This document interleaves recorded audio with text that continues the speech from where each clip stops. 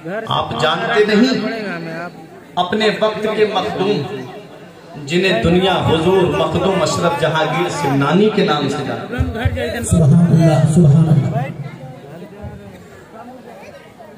صحائف اشرفیہ کے اندر لکھا ہے کہ حضور مخدوم اشرف جہانگیر سمنانی جب حاضری دینے کے لیے بہرائچ کی سرزمین پہ تشریف، اپنے وقت کا مخدوم، اپنے وقت کا غوث جنہیں غوث العالم کہا جائے، وہ مخدوم اشرف جہانگیر سمنانی جنہوں نے اپنے ایک مرید کو بھیجا حضور نجم الدین کبرا رحمت اللہ علیہ کے پاس اور کہا کہ پوچھ کے آئیے کہ ہر ولی پیغمبر کے نقش قدم پہ ہوتا ہے، پوچھ کے آؤ کہ میں کس پیغمبر کے نقش قدم پہ ہوں۔ تو مخدوم اشرف جہانگیر سمنانی کو جواب ملتا ہے آپ حضرت عیسیٰ علیہ السلام کے نقش قدم پہ۔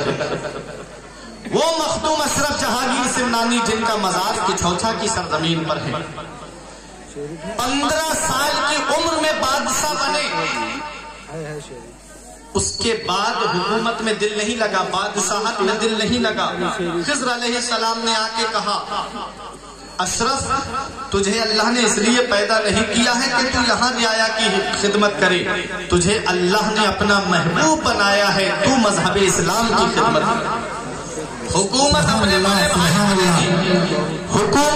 بھائی محمد عارف کو دے دی اور حکومت کو چھوڑ کر کے آپ نے راہ خدا کا سفر شروع کر دیا، چھوڑ دی بادشاہت، فقیرانہ لباس پہن لیا، گدڑی پہن لی اور آ گئے۔ ماں نے کہا تھا بیٹا اسے حکومت چھوڑ کے جائے گا تو لوگوں میں انتصار پیدا ہو جائے گا، ایسا کر بیٹا تو ایک لشکر ساتھ میں لے لے اور وہ لشکر تجھے شہر کے باہر تک چھوڑ آئے گا تاکہ لوگوں کو یہ لگے کہ میرا بیٹا ایک جنگ کے لیے جا رہا ہے۔ کہا ٹھیک ہے امی آپ چلے۔ مخدوم اشرف جہانگیر سمنانی جب سمنان سے باہر نکلے تو فوج کو واپس کر دیا، لیکن 2 لوگ نہیں مانے، بولے نہیں ہم آپ کے ساتھ چلیں گے۔ ایک مقام ایسا آیا کہ مخدوم اشرف جہانگیر سمنانی نے دیکھا کہ وہ دونوں سو رہے ہیں، آپ نے اپنی سواری لی اور سواری لے کر کے آپ چل دیے۔ اس کے بعد آپ نے دیکھا کہ یہ سواری، اس سواری کو بھی چھوڑ دیا اور پیدل چل دیے۔ حکومت چھوڑی، بادشاہت چھوڑی، جاہو جلال چھوڑا، جاہو حشمت چھوڑی اور پیدل چل دیے اللہ کی راہ میں۔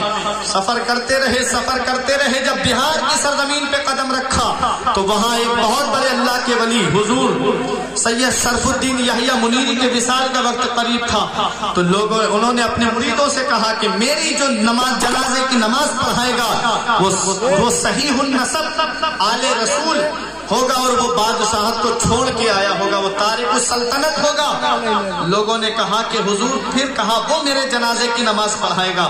اب لوگ انتظار کر رہے تھے حضرت کا جب وصال ہو گیا۔ وصال کے بعد میں لوگوں نے دیکھا کہ ایک نوجوان چلا آ رہا ہے، گرد و غبار اڑ رہی ہے لیکن چہرہ بڑا حسین و جمیل ہے۔ قریب آئے، سلام کیا، کہا کیا بات ہے؟ کہا کیا آپ سید صحیح النسب ہے؟ کہا الحمدللہ میں سید صحیح النسب ہوں۔ کہا آپ بادشاہت چھوڑ کے آئے ہیں؟ کہا ہاں۔ کہا آپ کا نام اشرف ہے؟ کہا ہاں میرا نام اشرف ہے۔ کہا آئیے اور آپ جنازے کی نماز پڑھائیے۔ اپنے وقت کا ولی سید شرف الدین یحییٰ منیری جن کے لیے وصیت کر کے جائے میرے جنازے کی نماز سید صحیح النسب مخدوم اشرف جہانگیر سمنانی پڑھائیں گے۔ اور جب نماز جنازہ پڑھا دی اور جب قبر کے اندر رکھ دیا گیا سید شرف الدین یحییٰ منیری کو تو ان کا ہاتھ باہر نکل آیا۔ اب لوگوں نے کہا کہ یہ ہاتھ باہر کیوں نکلا؟ تب مخدوم اشرف جہانگیر سمنانی نے فرمایا کہ ان کو ایک تاج ملا تھا، وہ تاج تم لوگوں میں سے کسی کے پاس ہے اور حضرت نے وصیت کی تھی کہ اس کو میرے کفن میں رکھ دیا جائے۔ تو کہا کہ وہ تاج تم نے نہیں رکھا؟ تو ایک مرید بولا میرے پاس ہے، لے کر کے آیا، وہ تاج رکھا، ہاتھ پہ رکھا، تب ہاتھ سید شرف الدین یحییٰ منیری کا اندر گیا۔ جبہ ملا آپ کو وہاں خانقاہ سے۔ اس کے بعد سفر کرتے کچھوچھا کی سرزمین پہ آئے۔ کچھوچھا کی سرزمین پہ آپ نے قیام کیا۔